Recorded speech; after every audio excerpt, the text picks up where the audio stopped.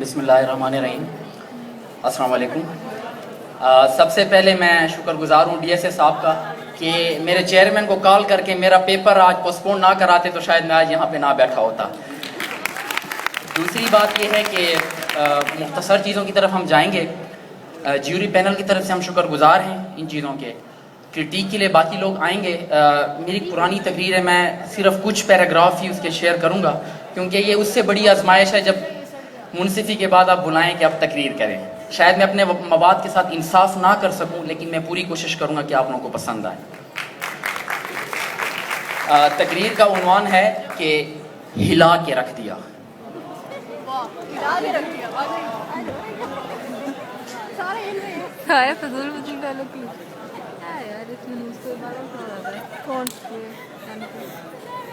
कल रात डेंगी ने मुझे काटा, ये उसका जुनून था। मैंने खुजली की, इसमें मेरा सुकून था। और जानबूझकर भी मैंने उसे नहीं मारा क्योंकि उसकी नसों में मेरा खून था। और अम्मा उसकी भैंगी कानी, अब्बा उसका गुंगा था। मैं जिसे रानी समझा वो तो राना टुंगा था। और इस आशिकीन ने मुजरिम बना के रख दिया, पुलिस के हत्थे चढ़ा के रख दिया।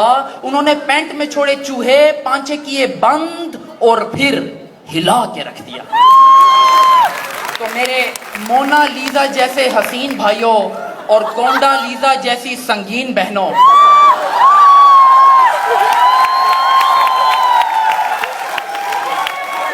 मेरी आज की तकरीर परवीन के नाम। जनाब सदर, परवीन मेरे सौतेले चचा के सगे भाई की पहली बीवी के तीसरे शोहर की 13वीं बच्ची थी, इसलिए आज तक समझ नहीं आया किस तरह बच्ची। तो जरा गौर फरमाइए, ये उन दिनों की बात है जब हम थे उन पर नजरें जमाए, दांतों में उंगली दबाए, आंखों पे चश्मा सजाए, और वो जो BZU में आए तो हाय हाय हाय। मैंने उनको देखा, उन्होंने दूसरी तरफ देखा। मैं जो मुस्कुराया, उन्होंने मुंह बनाया। लेकिन जब वो खिलखिलाया तो टिक टिक का पान मसाला हम दोनों ने खाया, बड़ा मजा आया। फिर उसके हुस्ने मारा गोला, होने वाला था कोई रोला। लड़की थी या गोर में कोला, हाय मेरे मौला हाय मेरे मौला। जुल्फे उसकी गीली गीली, साड़ी उसकी नीली पीली, चाल थी उसकी ढीली ढीली। मेरे ख्याल में उसके पास पेचकस नहीं था, और पेचकस ढूंढते ढूंढते मुझे देखकर उसने छनकाई प्यार की वंग माहिया। लट्ठे दी चादर उते सलेटी रंग माहिया। बस यही अदा मेरे दिल में कुछ इस तरह से बस गई जिस तरह छोटे से रक्शे में आपदा परवीन फंस गई। फिर इतवार की रात हुई, हमारी पहली मुलाकात हुई। दोनों एक दूसरे के इतना करीब आते हैं जिस तरह आटे को देखकर गरीब आते हैं। वो आगे बढ़ी, मैंने आयतुल कुर्सी पढ़ी। जनाब सदर, उसकी बहती नाक देखकर मुझे यूं लगा जैसे पिघली हुई कुल्फी हो। और उसकी सुर्ख आंखों में डूबकर मैं हो गया बेगाना। वो तो बाद में पता चला पगली चर्स पीती थी रोजाना।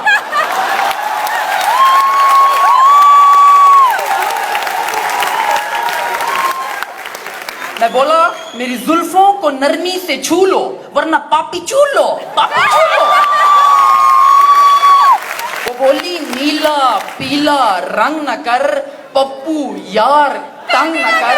उसे मनाने रियो बिस्किट लेके गया मैं छत के ऊपर। वो बोली, प्यार मोहब्बत से भी ऊपर, बिग फ्रिंग सुपर।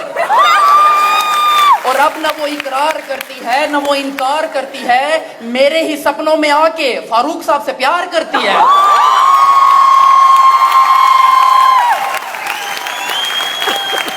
इस वाकये के बाद मुझ पे आया हुआ कि लाहौर की लड़कियां ढोलकी बजाती हैं, फैसलाबाद की लड़कियां जुगते लगाती हैं, मुल्तान की लड़कियां आंखें दिखाती हैं, और BZU की लड़कियां पागल बनाती हैं। और खांसी की दवा वक्त पे न लो तो टीबी बन जाती है, महबूबा वक्त पे न बदलो तो बीवी बन जाती है।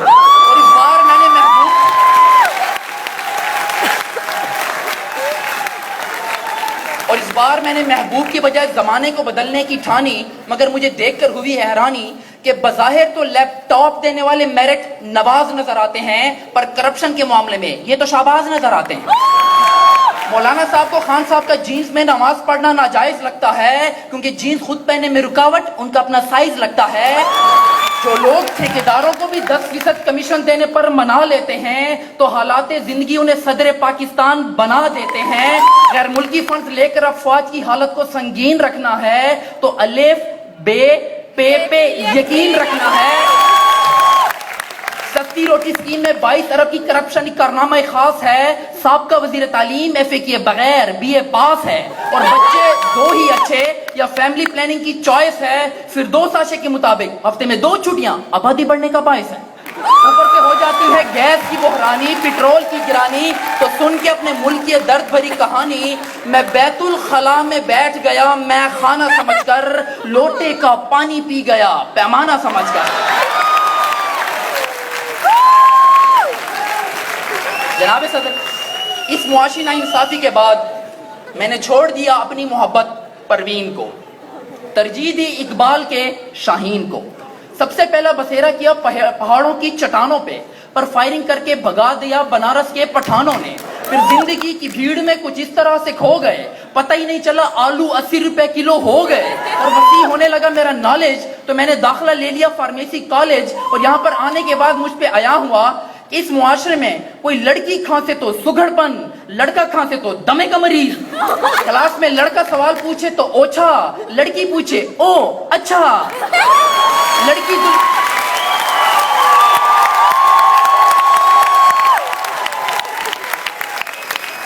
एक्सटर्नल एग्जामिनर के पास लड़की जाए तो आयवा, हम जाए तो वेरी टफ वाइवा। और लड़की जुल्फे लहरा के आए तो शिल्पा शेठी, हम जेल भी लगाए तो नजम सेठी।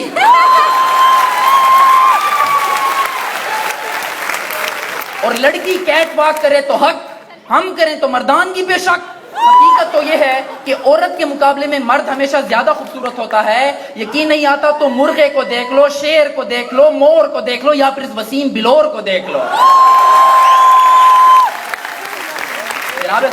इस वाकये के बाद मैं घर गया और मास्टर के मोल्टी फॉर्म पे सो गया। सुबह उठा तो एक खत मेरे नाम भिजवाया गया था, मुझे जख मारने बुलवाया गया था। वहां बैठा किसी का प्यू था, वो मेरा इंटरव्यू था। मुझसे पहला सवाल, आप वसीम हैं? मैंने कहा नहीं, करिश्मा कपूर। मुझसे दूसरा सवाल, आपके भाई की मूछें हैं, आपकी नहीं। मैं बोला वो अबू पे गया, मैं अमी पे गया। मुझसे तीसरा सवाल कि न्यूज चैनल देखकर आप परेशान क्यों होते हैं? मैंने कहा इसलिए कि एक्सप्रेस न्यूज वाले ये कहकर सबको डराते हैं कि जो सब छुपाते हैं वो हम दिखाते हैं। मुझसे चौथा सवाल कि शादी में दुल्हन को घूंघट में क्यों रखते हैं? मैंने कहा इसलिए कि किसी के मुंह से ये ना निकल जाए, ओए ये तो मेरी वाली है।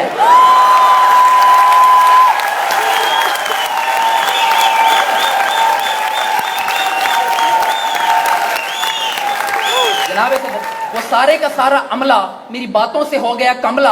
अजीब था उनका रिएक्शन, मेरी हो गई रिजेक्शन। और नाकाम होने के बाद मैंने अपने हक के लिए आवाज बुलंद करना चाही तो उनके मुहाफिजों ने मुझे इतना मारा, इतना मारा जितना इन 2 हाथों से मारा जा सकता है। फिर भी आखिर 2 हाथों से कितना मारा जा सकता है?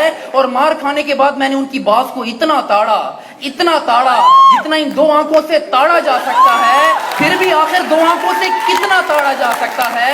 और उसे ताड़ने के बाद मैं वहां से इतना भागा, इतना भागा जितना इन 2 टांगों से भागा जा सकता है। फिर भी आखिर 2 टांगों से कितना भागा जा सकता है कि अचानक भागते भागते सूरज की किरणों ने मुझे, मेरी आंखों को चमका के रख दिया। दबोचा पुलिस ने तो घुटनों को मेरी हिला के रख दिया। और जेल जाने के बाद मुझसे रिश्ता ना होने का बायस उसका अब्बा था। सब हरियाण थे, उसने ऐसा अब्बा कहां से लब्भा था। और उसके नाना ने भी ये कहकर मुझसे रिश्ता तोड़ दिया कि मूंगफली में दाना नहीं, हम तुम्हारे नाना नहीं। और मेरी सास जो रंग बदलने से पहले मुझे समझती थी शहजादा पेरिस, कहने लगी यू रेमन डेविस। मगर इसके बावजूद मैंने लिख दिया खत उसको सब्र करके, दिल में अरमानों की कब्र करके। भोली भाली समझ न सकी मेरे प्यार को, दे दिया खत अपने भाई गुलजार को। फिर मैंने दरिया की बड़ी मौज देखी जब अपने पीछे गुलजार की फौज देखी। उसके मारने से जिस्म से सांस निकल रहे थे, मुंह से अगले पिछले रात उगल रहे थे। लोगों ने कहा किस पे अजाब आया है, मैंने कहा खत का जवाब आया है। जनाब मैंने सारी उम्र जेल में गुजारी और इसके बावजूद, इस जुर्म के बावजूद ही दुनिया में मेरा कोई दुश्मन नहीं है। जनाब सदर दुनिया में मेरा कोई दुश्मन नहीं है, क्योंकि मैं डिंग डंग बबल खाता हूं और सबको दोस्त बनाता हूं।